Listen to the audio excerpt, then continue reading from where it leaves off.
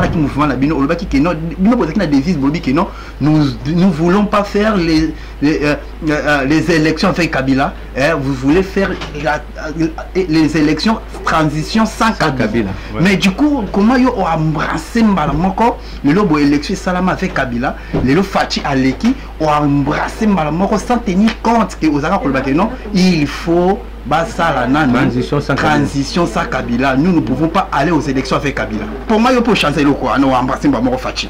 Merci Mindité. C'est une bonne question, c'est pour la compréhension, puis pour la cohérence, il y a Bitumba, tout ça là. Aujourd'hui, les longues dans la lignée où il y a président Fachi. Parce que na décortiqué, na monde ça pragmatique. Aujourd'hui, na Bitumba, na leadership, il faut mon comme papa Tshisekedi dit, mon na lit nae azaki radical zomona yango makamususu ezaki procédure makamususu ezako za solution te pour la position wana ya radicalisme mais omoni lelo na ndenge mondialisation makambo ezako kende ezako senga pragmatisme tant problème se poser il faut comment se positionner comment s'aligner par rapport à mais na parcours wana à un moment il y a tikibiso à un moment il y a tikibiso na bitumba wana o tuzalaki na ye ya okende na ye na kati ya communauté et pas ya ba congolais pour ba découvrir ye to investir sima na ye to yeba ndenge nini to kozoba mayele kusangisa ba mayele ba mosolo pour to imposer ya tikibiso ya ke na ye ko sala alliance na bandeko bazali ba invalider pour bazaki l'intérêt mon côté na makambo o za ko sama na mboka. Merci beaucoup. Donc sikanga na yo moni donc c'est-à-dire entre Yonaye vous comprenez qui va aider comme sous une ndenge moko. Et comme parce que Bitumba est engagé zali Bitumba sous pour mboka te comme Bitumba ya ben intérêt ben individu na bato baza sima na ba. Wana ezala ki selon vision on peut ndenge mona. Selon nga naza ko mona makambo tout lelo to ko pe ko lakisa ngo ke za bongo parce que yé à réduire l'ambition yebisa biso pourquoi lelo olungwa na SID au bozaki idéologie moko na Martin Fayulu au sala le mouvement la bino ya réveil des citoyens par réveil du peuple pour réveil du peuple réveil du peuple pour bâtir. Il s'agit de ça qui vraiment ningi yo etinda yo longwa okabona na ndeko na yo Martin Fayulu mwana mboka. Par respect à question na on répondre parce que na répondre ningi déjà na ba question et communauté kaka ke batu bazomona kaka na vandeli ndeko Fayulu po na luka pour combattre eza mais na ko répondre eza kaka par idéologie te ndengo lobi na za croire na engagement na ye na lutte na ye pe na combat na ye yango na memaki pe valeur ajoutée pembeni na ye pour nous faire découvrir la communauté na biso ba congolais que tous na moko o to ko s'investir simanae pour tout même eti na kiti ya bokonzi yango nezaki penza vision et doctrine ezaki mingi na fonctionnaire qui mingi na kati ya ICDT. SID oui, j'ai adhéré dans la carte nanga ICD mais j'ai plus fonctionné na initiative moko na memaki ezaki neti moi branche moko bo na kati ya ICD to bengaki yango vision foyer du président. Bote mingi na bandeko nyonso ba kolanda biso sur 3W Congo Schengen. Merci na ba o nyonso tu ba Philippe Kopé biso vraiment ba coup de pouce et puis ba remerciement toujours remercier sous bino lisusu na kati chaîne na bino oyo et bandina bino vraiment na année 2019 avec Afin des Juifs Noirs. Na pesi bino mbote mingi restez toujours branché sur 3W Congo Schengen et puis bo s'abonner na chaîne na bino toujours bisika ni bo ibesala ko s'abonner. Voilà votre chaîne pour n'être qui bino que non tellement de situation en mboka na biso ndenge zali ko kende toza basé vraiment mingi na makambo ya mboka na biso. Restez branché sur 3W Congo Schengen et puis merci mingi na ba confiance au bozali ko pesa ngai pe na confiance bozali ko pesa pour na musala oyo. Voilà. Afin des Juifs Noirs lelo a ko pesa bino information yemorote a resola mboka yemorote azali na invité na ye peut-être moko poni balé oyo ba billet et puis na yende to sembola ba question ya makambo ya mboka et puis bo zapete bo s'abonner bo rester branché toujours parce que toza lelo na moté mezo sala moi passe parce que ba te belé bazo linga ba tout na juste mboka ezo kene wapi mboka eza wapi mboka to komi wapi mboka bilo ba question ezo tout na ma tellement trop et biso to tikité na Congo Schengen toza na bino toza ko faire toujours information na saka bino toujours to ko bunda na pona mboka na biso tina suka. Voilà, merci beaucoup à Lionel Mayaka Pongo derrière la caméra. Merci na bandeko to la ndakabiso na bosanité Didier Mbongo na kata Kinshasa ndeko oya sindi Congo Schengen na Kinshasa na pesio mbote Didier mbongo mbote na yo voilà afin de Juif Noir pour na kokene musika penzate to meka moko solola na papa oyo na invité katikati ya plateau na ngai ya Congo Schengen. Voilà, merci na bande ko tuba na biso sur W Congo Schengen ndenge na bisaki bino comme mo mesano to sola bongo na invité na ngai bande ko nyonso tuba sali ka kolanda biso sur W Congo Schengen bande ko ba yebiye to o ba yebiete ako se présenter et bongo na yende comme ça to meka ko solo la vraiment ne na so bisabino ke no makambu ya mboka parce que lelo boye mboka la biso situation ya mboka la biso et puis na mwana ya 10 ans comment le bila mboka. Et voilà, ngai afin de tant na somo na biloka bongo donc ils ont interpellé biso ils ont la que non biso ba mikolo auto somo na makambu siko en face de raisonner comment voilà les autres ana invité na ngai papa Johnny Chimbalanga le président des mouvements des citoyens rêvés du peuple veut dire pour bâtir veut dire la mouka original c'est ça. Bonjour papa. Bonjour Ndeko Juif Noir. Soyez le bienvenu. Ngande na dans songo mingi ya kosa sur émission na yo lelo yo yebi parcours na ngai ça fait longtemps yo na moni komi pe un esprit entrepreneuriat au sali moi nini na yo business na yo c'est ça donc félicitations merci c'est le beaucoup to pamboli ça me fait na Nicolas Pambola merci courage kaka au continent au Koba merci beaucoup papa Johnny Chimbalanga na yo vraiment de to solo la makambu ya mboka parce que et pas na yonde na yebi parcours et pas na yonde na yebi koza mobundeli monene et pas na yonde isika na mona moko ya congolais ya souci ya mboka parce que nous sommes tous les congolais mais ezala bandeko mususu bazala ba souci différents mais na mona moko ya congolais oya na souci ya mboka na ye et puis Isalio pour ne pas te flatter yango lelo na biso bengo lelo te meka moko solola boni santé et puis boni mouvement de citoyens pour bâtir mouvement de rêver des peuples pour bâtir et la mouka original ça marche comment? Merci tozana nous na kati ya fondation yebi kamunyo sofo fondation za makasi toza kobundana pour toute fondation eza solide mais yo yebingai parcours na nga oyebi sika na utaki mais lelo naza ko se présenter awa mais c'est Johnny Chimbalanga naza président fondateur ya mouvement citoyen réveil du peuple pour bâtir la mouka originale yango nde na cadre wana to kosolola to décortiquer to analyser tout suggérer pour la solution na contexte dans le mboka. Merci beaucoup ndeko Johnny Chimbalanga na ebio malamu déjà na ebi ke oza combattant et puis mobundu munene na kata Congo les loboye au salaki parti au sali mouvement na bino parce que na ebela ki na SD pour ne pas to évaluer facilité to bomba vérité te tayebi na SD ozalaki bongo kopesa ndeko Martin Fayulu je te salue mais Martin Fayulu ozalaki kopesa ye beaucoup de pouces ozalaki kosangisa ba idée osepela kana idéologie na ye moi j'étais là et puis na yebi voir même na ba démarche ozalaki kosala ozolouer ba sali ozosala tout moyen possible de façon que monsieur Martin Fayulu lobby azwa ebonga mais na tamuke avant Fachi parce que olongwe na été l'air Fachi comme président na yebi na za reconnaissant olongwa qui déjà naïe avant que Fachi a comme le président et yebisa biso pourquoi lelo olongwa na SD au bozaki idéologie moko na Martin Fayulu au sala lelo mouvement la bino ya réveil des citoyens par réveil du peuple pour bâtir réveil du peuple pour bâtir yebisa biso ezaki vraiment ningi yo etinda olongwa okabona na ndeko na yo Martin Fayulu mwana mboka.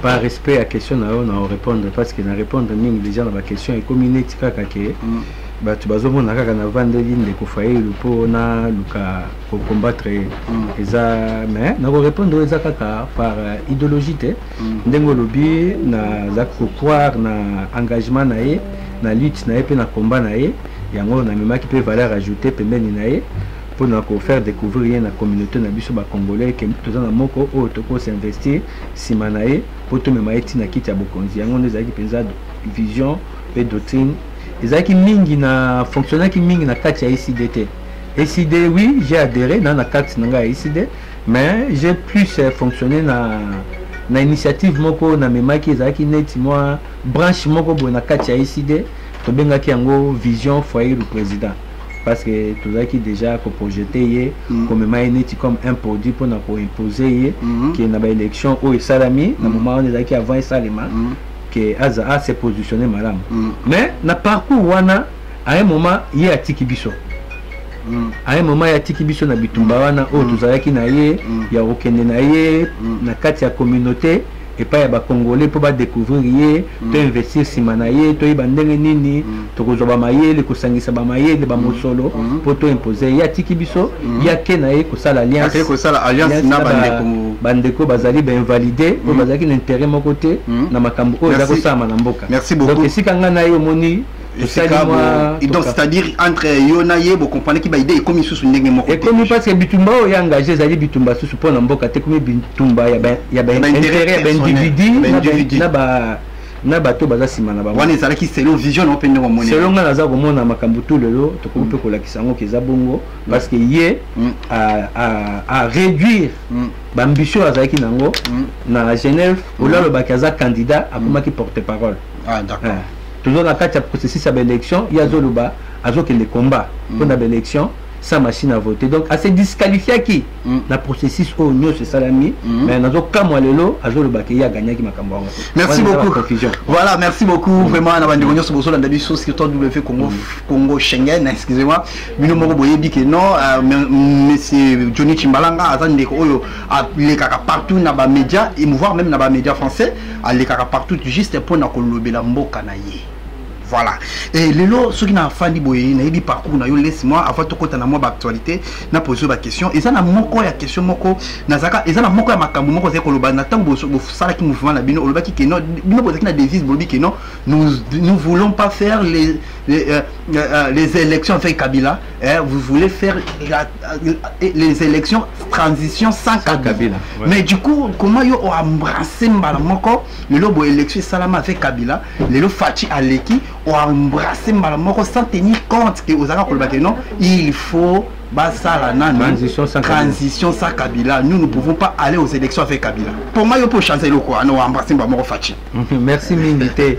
Les bonnes questions les pour la compréhension puis pour la cohérence ya bitumba o toza ko sala ozomona lelo nga naza na lignée oyo ya président Fachi parce que na décortiquer na moni za pragmatique ozomona na bitumba na leadership il faut mon papa Tshisekedi mon lit nae azaki radical zomona yango makamususu ezaki ko sepourer makamususu ezako za solution te pour la position wana ya radicalisme mais au moni lelo na ndenge mondialisation makambuza ko kende ezako senga pragmatisme tant le problème est se poser il faut comment qu'on se positionner comment qu'on s'aligner par rapport au problème biso tozakota tobundaka toujours pour mboka réflexion na biso ezaka toujours centralisé comment mboka et kobima biso tout vivre notre vivre ensemble et à la préserver et puis mututu aza na chance ezaka toujours réflexion na biso mais à un moment tout ça comment une réflexion pour makambo fongoma na mboka il fallait que luka au chat transition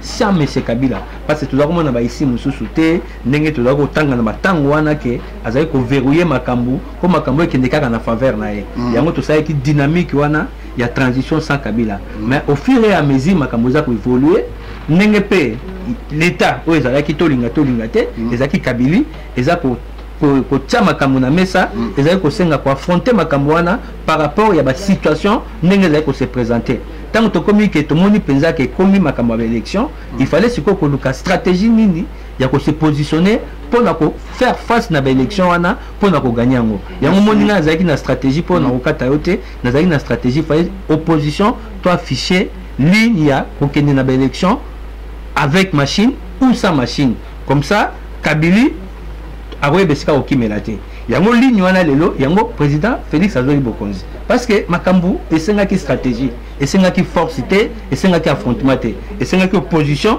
ezala na ligne moko stratégique claire peuple adhérer yango moni cache salaki yango moni lelo résultat na bango eza justifié. Merci beaucoup na bande réunion sur bazola na biso sur W Congo Schengen na pesi bino tumbo te bisika bozwami bo s'abonner na chaîne na bino Congo Schengen avec afin de chiffre noir ici ka obobanda ko zwa vraiment ba information ya sûr et puis certaine lelo tozo solana mwana mboka Johnny Chimbalanga masolo ya mboka ndenge zala kaka mwana mboka Johnny Chimbalanga na ninga kina loba na lisusu mutuna comme d'habitude na ça lisusu na meka ko solola lisusu batu bazo s'enquêter bantu bazali koloba que non biso nyo surtout pe to yebi et salami que non Fachi akenda qui ko négocier pouvoir et voilà les lots militants parce que ngai na yebi ozalaki mutu moko ozalaka déterminé quand même na combat moko boye, mais moi je comprends pas comment ndeko Johnny Tshimbalanga pe na pona nga na zomona comme si yo po comme na moi fanatisme. Or na ndenge na yebela kayo ki fanatisme ozala na ngote. Aujourd'hui Kabila FCC na cash basala cohésion politique biso soto yebi yango, mais ba corps mutu moko yebi ba corps ndenge ezala raté. Mais le loboye président Fachi azo travailler na sécurité ya ba Namoura, azo travailler na ba ministre wazaki na Kabila, et aujourd'hui ba militant ya IDPS baza très fâché suite à makambo ya ba élection ya ba Sénat.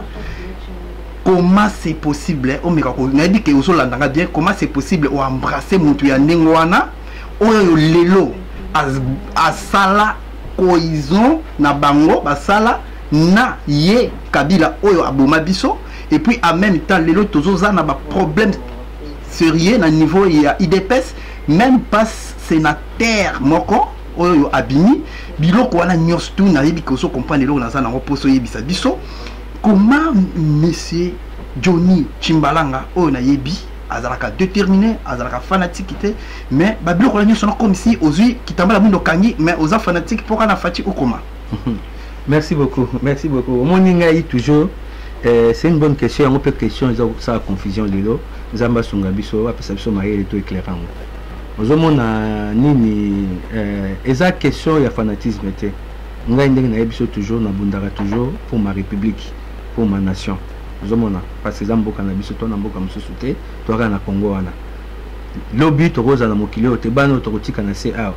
Photo lukato c'est rassuré tout que la ta une nation. Mais situation ndenge et salami lelo. Makambo ndenge salami lelo. Il faut to mona to ibape ko sosola. Ozomona. Makambo ndenge salami lelo za makambo moko salami na ndenge moko bo loboko nzambe. Et continue na makambo. Ozomona. Eza makambo à un moment eleki niveau na biso bato. Ndenge makambo salami na Congo wana. Alors à un moment il faut tous rappeler na humilité, il y a quoi apprécier pe aspect wana. Il y a ndenge makambo salami. Parce que makambo ya bato et ça makaka ko faut makile tanga, il faut babitumbe bima, tout ça banini, mais makambo ndenge salami. Et salami loboko nzambe. Mais concernant ba makambo oyo bato bazolo bake FCC Kabila na président Fachi ba signer ba contrat. Ba signer ba signer ba accord, et puis ça se voit comment c'est possible un président de la République parti où ils ont le pouvoir mais bah attend un sénateur morté. Quand même ça se voit que non. Kabila il est là toujours azo sala ba makambo na sima ya Tshisekedi, c'est lui toujours le président de la République. C'est bien makambo ndongo tunyango po bato pe ba Hollande biso base éclairé. Omoni le temps eza secret, il y a vérité. Temps. Moni temps. Dès to comité. Ce que le président Félix a commencé ba 2 mois yango. Mais ce que to kenga na taille 2 mois oyo, pour to comprendre ce qui ba contrat oyo zolo ba wana na ligne au président na politique na ye na makambo ko sala. Ce qui eza ko kende na ndenge ba contrat ba congolais ba lobi. Parce que ba contrat quand on les signe tango, ce qui entre guillemets président Félix na monsieur Kabila ba signé qui contrat. Mais ba contrat na ba signé qui yango ezaki bango mibale. Juridiquement cache l'été bien ngote FCC et bien ngote juridiquement monsieur Kabila na président Félix tant basaki ba contrat na bango ils étaient comme des individus, des compatriotes comme ngana yo to ça ba contrat. Ozomona. Mais lelo président Fachi comme président de la République. Ozomona. Na président de la République il y a les souverains primaires au-dessus il y a ba contrat wana. Ozomona. Il y a un mazar au Senga ba Congolais. Biso nde tozana pouvoir. C'est pas ces contrats-là. Mais c'est Johnny. Je comprends. C'est pas ces contrats-là. Vous pensez que les lots aux alliés ça fait 2 mois, s'il vous plaît. Ça fait 2 mois.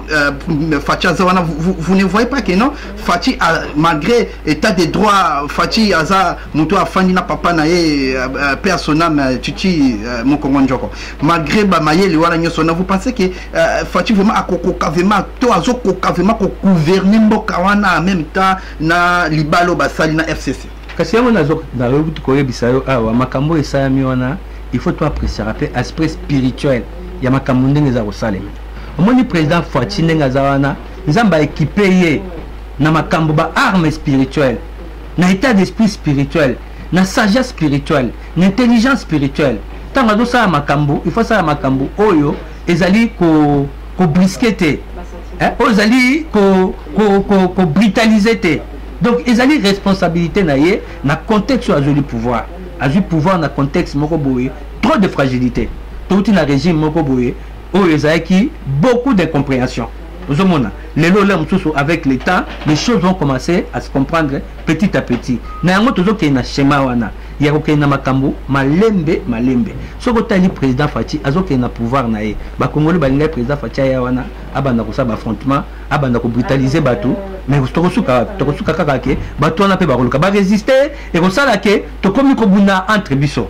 Donc azana contexte wana. Donc eza ko senga ye beaucoup de sagesse. Mais naza ko mona nzamba za ko équiper. Na nzela wana yango na ko senga ba Congolais ba apprécier que makambo tozoke nango na aspect spirituel, na bonzambe, na humilité, mais nzambe azanzambe justice. Justice nzambe koya, ya biso pe bato koya. Mais na mukolo lelo na Congo, tokolo bateto ba nosala ba justice lelo parce que président Facha ko hotel matal bi Kabila na Kangio. Mais c'est Kabila na Kangio. Il faut justice ne sala musala wana. Mais justice lelo, il faut totonga yango. Pour tonga yango ndenge nini parce que justice yango ezaka na maboko ya ye Kabila yango. Kasi on a biso te. Et là ba Congolais ba comprendre te. Les enjeux bitumba otokobunda eza bitumba nini président de la République Nzamba Pambolaye auto la kisabiso siko le commandant du peuple congolais oza le chef suprême à la kisabiso nzela bitumba otokobunda lelo ezali bitumba contre majorité oyo ya lukuta oyo ba imposer biso lelo na seni zomona majorité ba imposer biso lelo na seni bangi ba s'accaparer na république na ba gouvernerat na sénat na parlement bitumba yango na ozo mona lelo ba combattant IDPS ba engagé. Mais siko lelo beaucoup ko bundisa seni siko le temps où ndeko Martin Fayulu bundisa ki seni pour na ba vérité des urnes bo sekaki lelo bo monite ki no seni oyo na ba accord na bino bokendaki ko sala kuna na seni yango lelo bo zo mona te ba zo tout fait toujours Fachi. Et juste un mot par rapport ya toujours mona lelo ba militant ba komi ko beta ba député ya IDPS malgré aux le mouvement na yo. Mais quand même temps aux autres ça coup de pouce et puis autant aux autres c'est plein na idée il y a Ndeko Fachi qui est le président de la République et puis na IDPS et puis quand même ezala na bonne humeur et puis na bonne valeur ndenge ezala kande batu bayebi basa toujours comme modèle ndenge to yebeli bango mais lelo boye ba militaire IDPS de comme moi sur moi bazali chasse à l'homme na ba député à IDPS et puis apparemment ba député à IDPS baza corrompu. Corruption, oui, les autres continuent, mais Fachi est là. Juste un mot par rapport à ça. Non, mais moi, il n'a pas encouragé la violence. Il y a tout ça. Il y a une autre façon de faire les choses. Il y a punir Batouana, il y a isoler Batouana, il y a livrer Batouana un spectacle, mais il y a traumatiser. Ça, les militaires IDPS, ça je vous encourage pas. Mais ok, combat Nabino, nous allons soutenir, je m'inscris dans ce combat-là. Il y a la majorité Kabiliwana pour tout fléchir Bango, basa sous en prise na mandat ou la président. Parce que Bango, basa na bilan. Ils ont un bilan de 18 ans, Yamboka wana résultat Tamboka ndenge komi. On toko ko accepter telelo Kabili et sous en prise na gouvernement ou ekoya. Bango moko soki basa batu. Balingi kimia balingi nzela au président zola ki sabango ya réconciliation et ça les mana kimia nyoso bazala un peu na modestie parce que la Kabylie vous avez un bilan au Ezali vous regardez état mboka botiki alors vous pouvez pas prévaloir encore aujourd'hui qu'ils ont encore bino bozana en prise pour contrôler Makambutu la preuve année les souverains primaires à s'exprimer à quoi accepter en côté bon lukate boko na ba résistance boza ba allié ba partenaire ya président de la République alors bon compliqué bon facilité mandat na ye paix de tous les côtés. C'est ça le message on a pour ça mais quand encourager violence wana je suis pas d'accord mais quand encourager combat oyo ba engager contre les anti-valeurs je m'inscris dans ce combat là yango président la Kisbiso Nzela bitumba tokobunda eza bitumba te ya vérité des urnes parce que vérité des urnes c'est ni à sa tranché cour constitutionnel à ça confirmer yango oyo bitumba oyo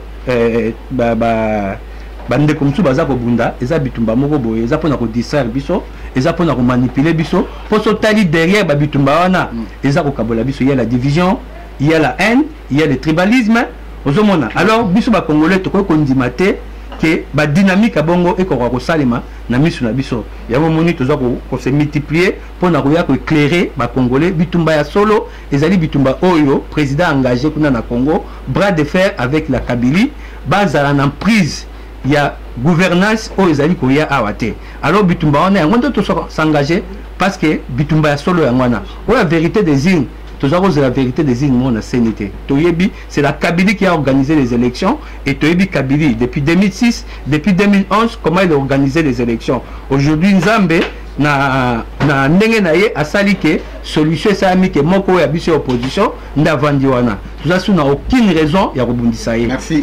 Merci beaucoup Ndeko Johnny Chimbalanga, merci na bandeko tout bazo na biso sur W Congo Schengen.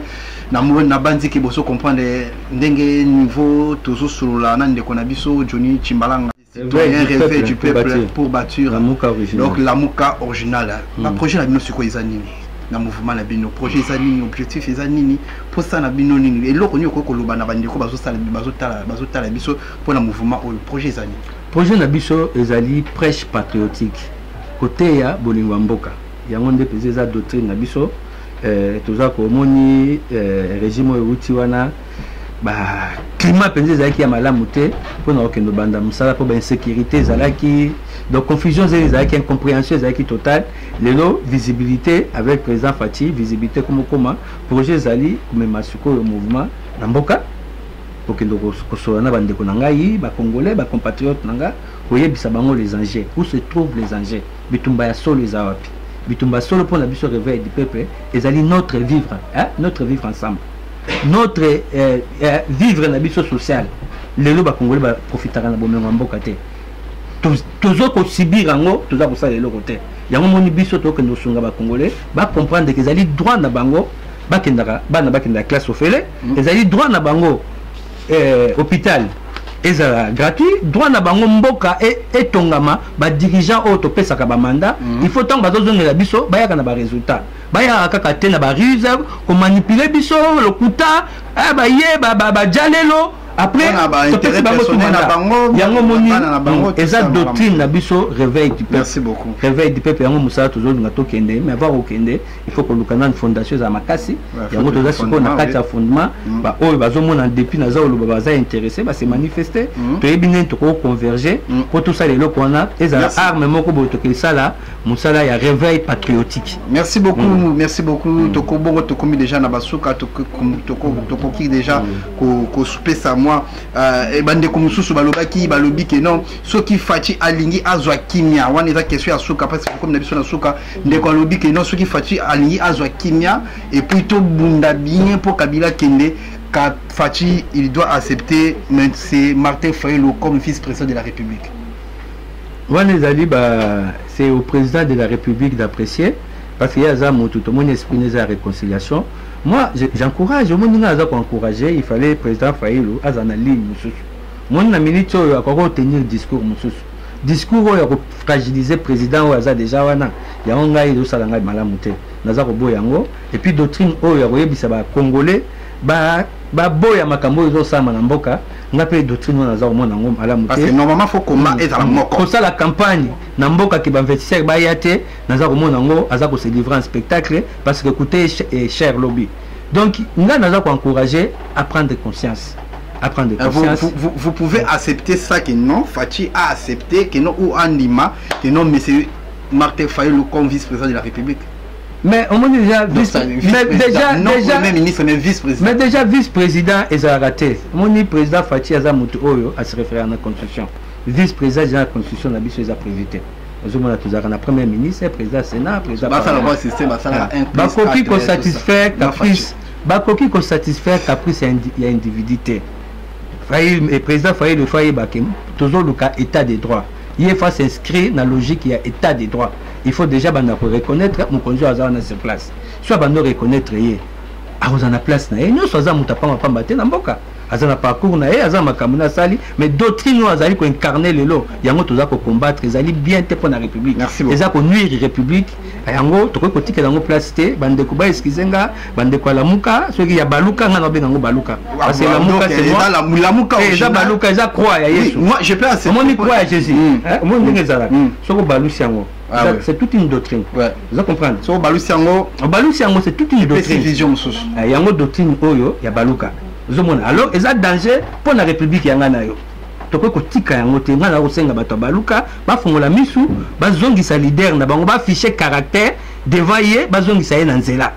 Parce que tous en a pour ça, tous en a bomoko pour te fléchir de Kabylie.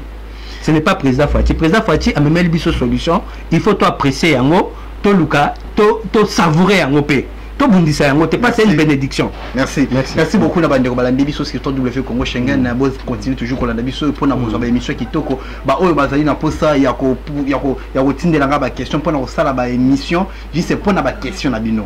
Moni numéro eza wana bokomela nga na WhatsApp bokomela ba question ya makambo mboka bokomi na kozwata 10 questions na ofanda na plateau na répondre na ba question na bino en même temps na kozala pe sous peut-être na ndeko Johnny Chimbalanga à répondre pe sous na ba question na bino nyoso wana pona to bunda to ba ndenge nini Congo et kozala lobby mais c'est Johnny Chimbalanga to komina suka.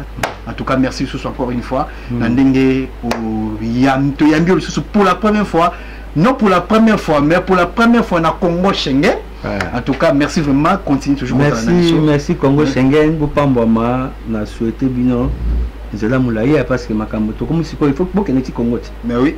Mais oui. Il faut que ne pas Congo parce que maintenant Congo il y a la place pour tout le monde. C'est ça. Mutaza n'esquisse les lots sous azate. Tout qui va leader au babo bozonga Congo tete. Congo le président lobby. Oh ni zonga zonga. Ouais, nous avons atteint la raison, mais où il y a un bateau, na doctrine, baboya makambo. Merci beaucoup. Voilà, te comme une soka, merci na bande koto balande biso. En tout cas, j'espère que tokutani na numéro oyo ekoya na mbala ya sima. Merci beaucoup.